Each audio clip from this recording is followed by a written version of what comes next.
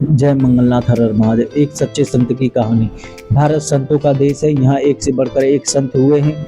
एक ऐसे ही संत हुए हैं जो बड़े ही सदाचारी और लोका सेवी थे। उनके जीवन का मुख्य लक्ष्य परोपकार था। एक बार उनके आश्रम के निकट से देवताओं की टोली जा रही थी। संत आसन जमाए साधना में लीन थे। आंखें खोली तो देखा सामने देवता गण खड़े थे। संत ने उनका अभिवादन कर उन सब को आसन दिया, उनकी खूब सेवा की।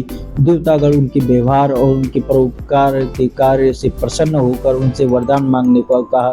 संत ने आदर पूर्वक कहा, हे देवगण, मेरी कोई इच्छा नहीं है, आप लोग की दया से मेरे पास सब कुछ है।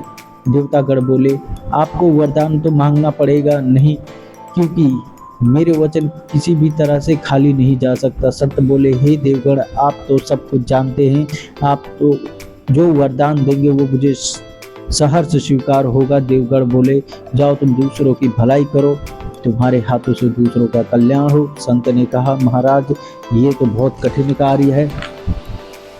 देवगण बोले, कठिन इसमें क्या कठिन है? संत ने कहा, मैंने आज तक किसी को भी दूसरा समझा ही नहीं है, फिर मैं दूसरों का कल्याण कैसे कर सकूंगा? सभी देवतागण संत की ये बात सुनकर एक दूसरे का मुंह देखने लगे। उन्हें अब ये ज्ञात हो गया कि ये एक सच्चा संत है। देवों ने अपने वरदान को दोहराते हुए कहा, हे संत, अब आपकी छाया जिस पर पड़ेगी उसका कल्याण होगा। संत ने आदर के साथ कहा, हे देवगण, हम पर एक और कृपा करें।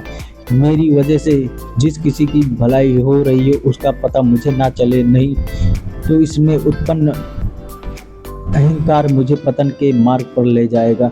देवगण संत के इस वचन को सुनकर अभिभूत हो गए। पर उपकार करने वाले संत को ऐसे ही विचार होते हैं। यदि परोपकार का विचार लोगों में आ जाए तो पूरे संसार में कहीं दुख नहीं होगा, कहीं गरीबी नहीं होगी, कहीं अभाव और अशिक्षा नहीं होगा।